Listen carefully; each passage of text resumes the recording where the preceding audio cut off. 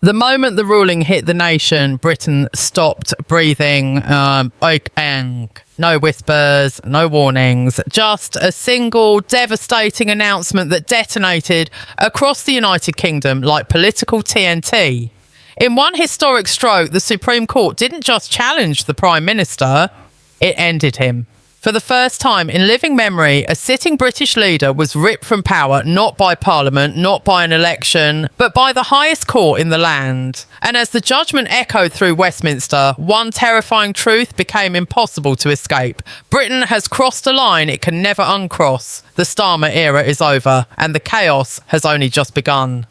The announcement came without warning, no leaks, no hints, no soft landing. It arrived like a hammer falling from the sky. The Supreme Court of the United Kingdom had delivered its ruling, a ruling so severe, so unprecedented, that even the judges themselves looked shaken as the words were read aloud.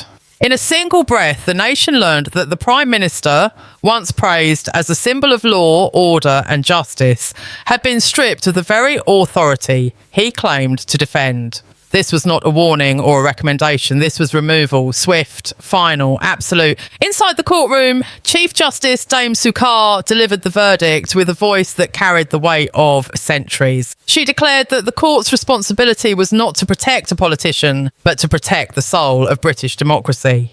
Her tone was firm, controlled, but every sentence landed with the force of a thunderstrike. The ruling was over 100 pages long, yet its message could be summed up in a single sentence. No leader, no matter how powerful, stands above the law. Outside, the world erupted. Westminster became a battlefield of disbelief. MPs rushed through corridors in panic, aides barked orders into phones, and security scrambled to manage the crowds forming outside Parliament. Journalists poured in from every direction, shoving microphones forward, desperate to capture even a whisper of clarity. Headlines blasted across screens within seconds, some calling the moment a constitutional disaster, others labelling it the end of an era, and many simply asking the question, haunting every corner of the country, what happens now? As news broke, the public reaction exploded with a force unseen in decades.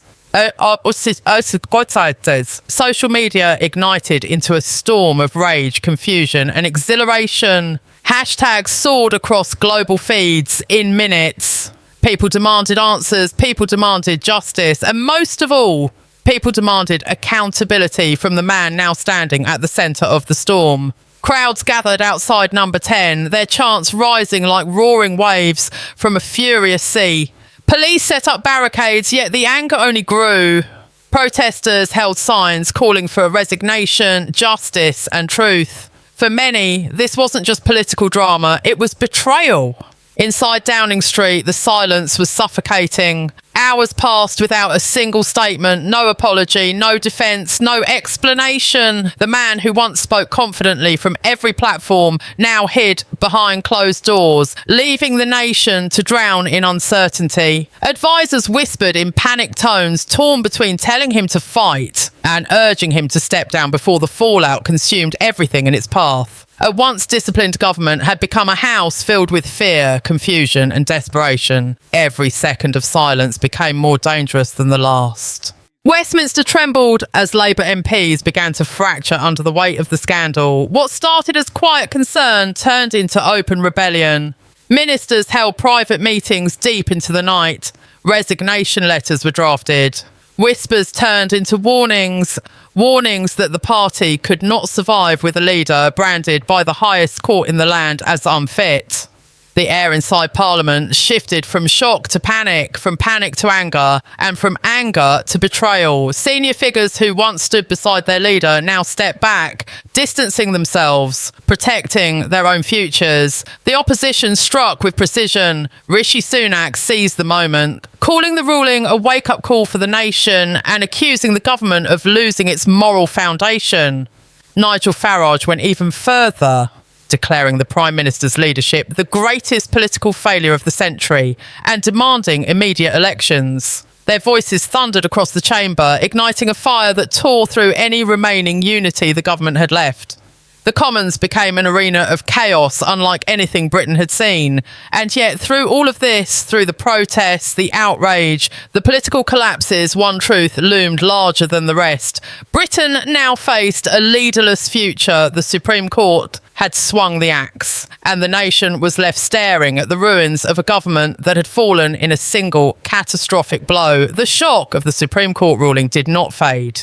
It deepened. What began as disbelief quickly mutated into something far more dangerous.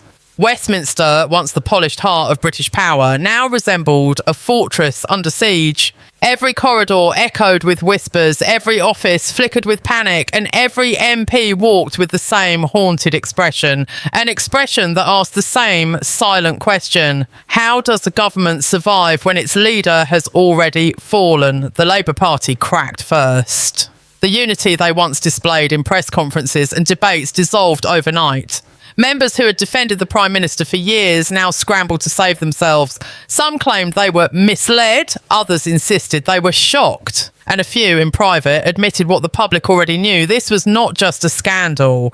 This was the collapse of trust, integrity and leadership itself.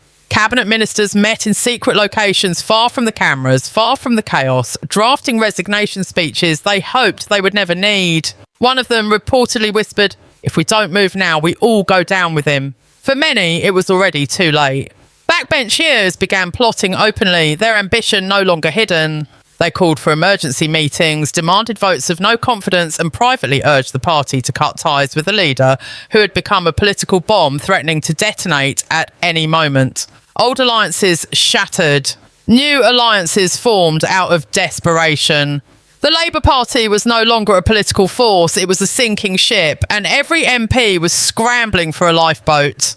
The opposition watched with ruthless focus. Rishi Sunak, sensing the historic moment at hand, delivered speech after speech calling out the government's failures. His voice cut through the Commons like a blade, echoing with cold certainty. He framed the ruling as proof that Britain's leadership had lost its moral compass, that the government was no longer capable of serving the nation. Each word delivered another blow to an already dying administration. Nigel Farage, energised by the chaos, struck even harder. He described the situation as the greatest constitutional embarrassment in modern British history, and accused the Prime Minister of dragging the country into darkness. He called for snap elections, declaring it the only way to restore trust. His message spread quickly, especially among those already furious at the betrayal they felt from Number 10. For many Britons, his words were not simply political attacks, they were a reflection of their own growing outrage. Then came the media, and they showed no mercy. Newspapers plastered images of the Prime Minister across their front pages with headlines like "Disgraced," "Finished," and "Britain Betrayed." Opinion writers tore apart every piece of his legacy. Talk shows became battlegrounds of anger, with guests shouting over one another, demanding answers the government refused to give. Even the broadcasters, who once offered careful neutrality, now questioned whether the Prime Minister had ever truly been fit to lead. The narrative shifted in a single, powerful direction. This was not an unfortunate mistake, it was a catastrophic failure. Outside Westminster, the fury grew louder. The protests that had begun as scattered groups now surged into massive waves of people, flooding city centres. From London to Manchester, from Birmingham to Glasgow, crowds marched with banners, megaphones and raw anger. Their chants rolled like thunder through the streets. Resign now. Justice for Britain. No more lies. Police lines trembled as the crowds pressed forward. Some cities saw pushing, shouting, clashes so intense that officers struggled to hold their ground. Social media magnified the chaos. Viral videos of protesters confronting MPs sparked outrage online. Memes mocking the Prime Minister spread faster than the government could respond. Every hour brought new revelations, new leaks, new accusations that made the crisis worse. The nation wasn't just angry, it was on fire. Fueled by betrayal and a desire for justice that no government statement could extinguish. Inside Downing Street, the silence became unbearable. Aides described the atmosphere as toxic, filled with shouting, slammed doors, and frantic attempts to control a situation already far beyond saving. Those who once stood loyally beside the Prime Minister now distanced themselves, afraid that the scandal would destroy their careers. The Cabinet Room, once the centre of power, felt more like a courtroom. As ministers questioned how long they could stay before their own reputations fell apart, the Prime Minister remained hidden from the public eye.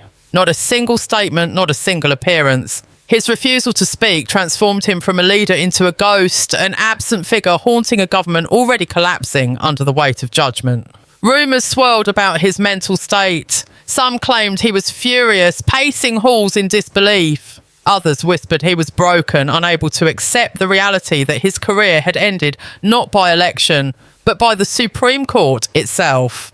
But the most chilling truth came from within the Labour Party. Senior members admitted privately that if the Prime Minister did not step down voluntarily, they were ready to force him out. The knives were no longer hidden, they were drawn.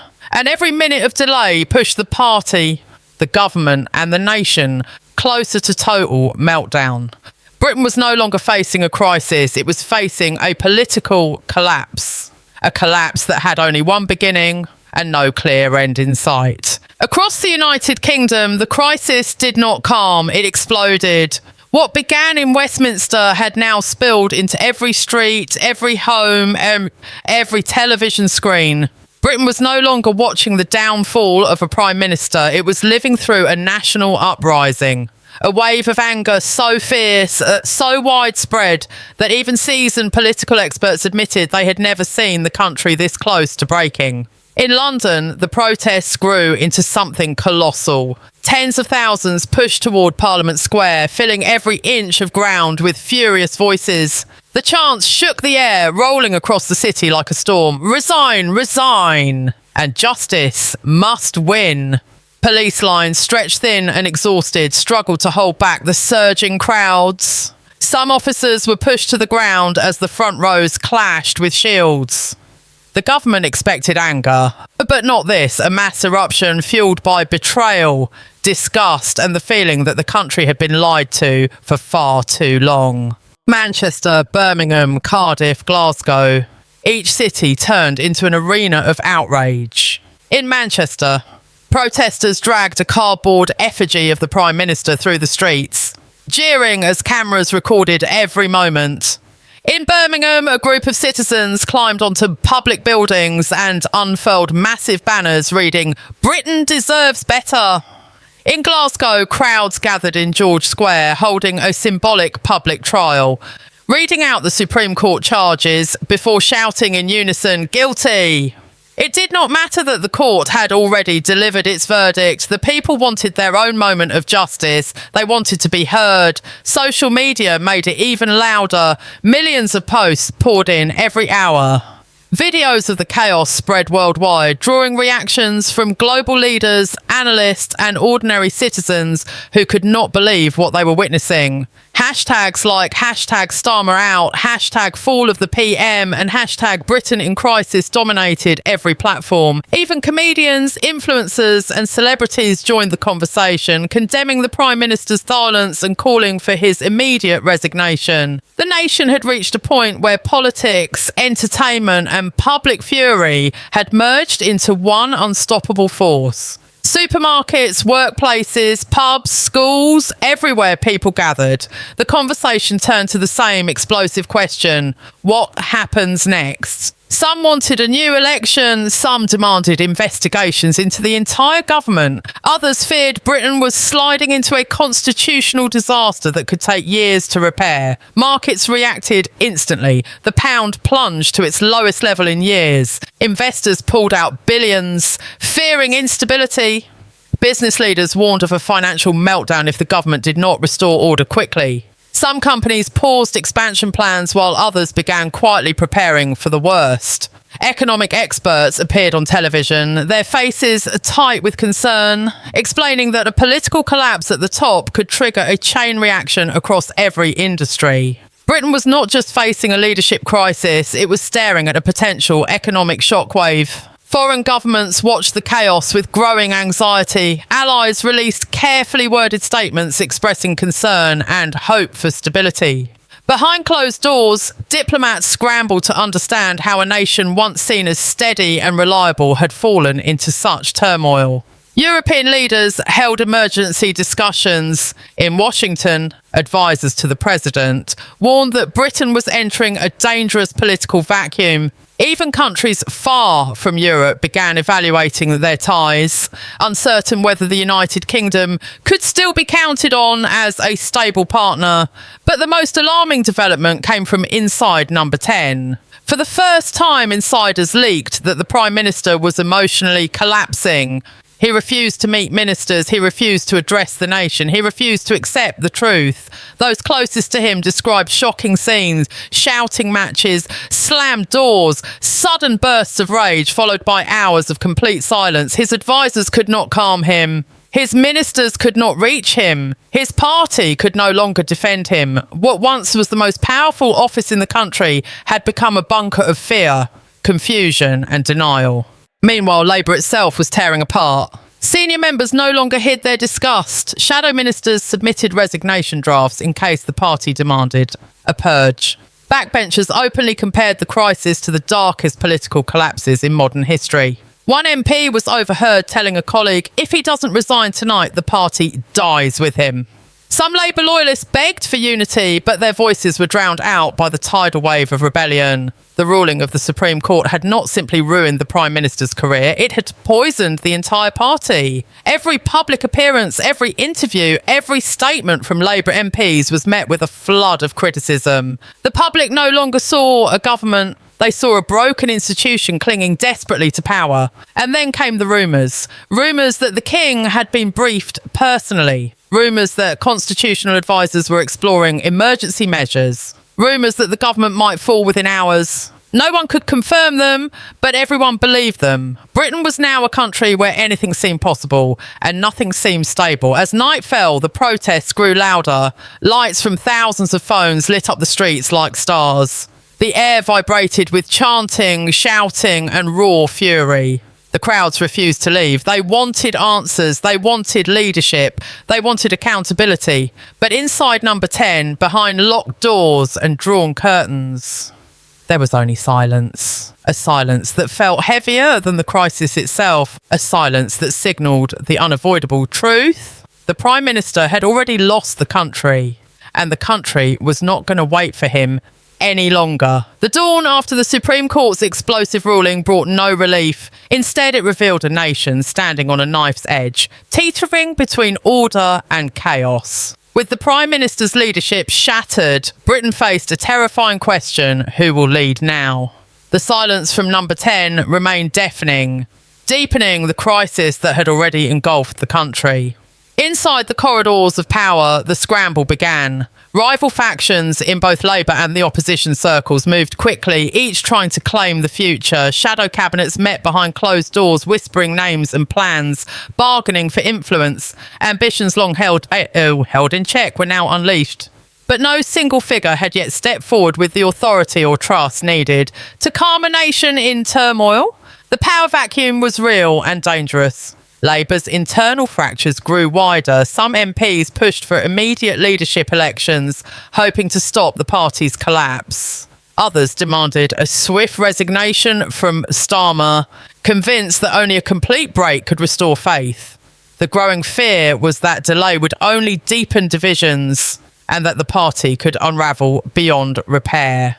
The risk was no longer hypothetical. It was visible, it was immediate. Meanwhile, the opposition capitalised on the chaos. Conservative leaders sharpened their attacks, painting Labour as a party mired in corruption and incompetence. Rishi Sunak and Nigel Farage both stoked public anger, urging the government to step down and calling for early general elections. The message was clear: Labour was finished and Britain deserved better. Their words found eager audiences in an exhausted public, desperate for stability and truth.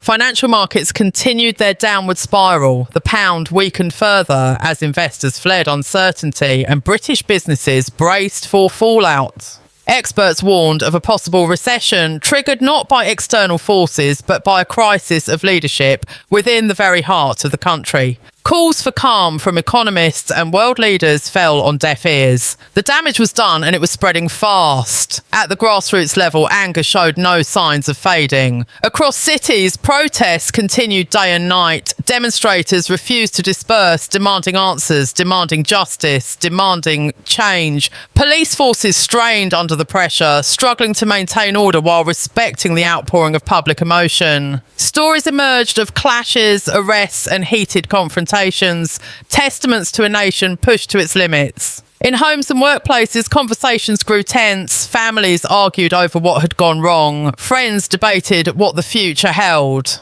The political crisis was no longer confined to Parliament or the streets. It had entered the daily lives of millions, casting a long shadow over the hopes and fears of ordinary Britons.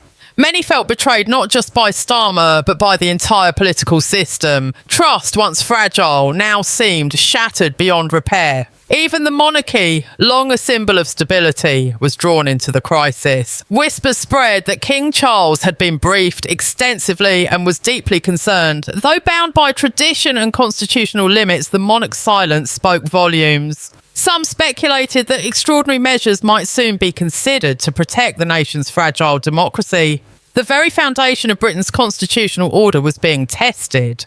And yet, despite all the chaos and uncertainty, one thing remained clear: the era of Starmer was over. His silence, his absence, his refusal to face the nation had sealed his fate. The Prime Minister, who once promised justice and integrity, now stood accused of betrayal and corruption. The Supreme Court had ended his reign, but the aftermath would define Britain's future. As the sun set on this darkest chapter, the nation braced for what came next. Would new leadership rise to heal the wounds? Or would Britain sink deeper into division and despair? The answers remained uncertain. But one truth was certain: nothing would ever be the same again.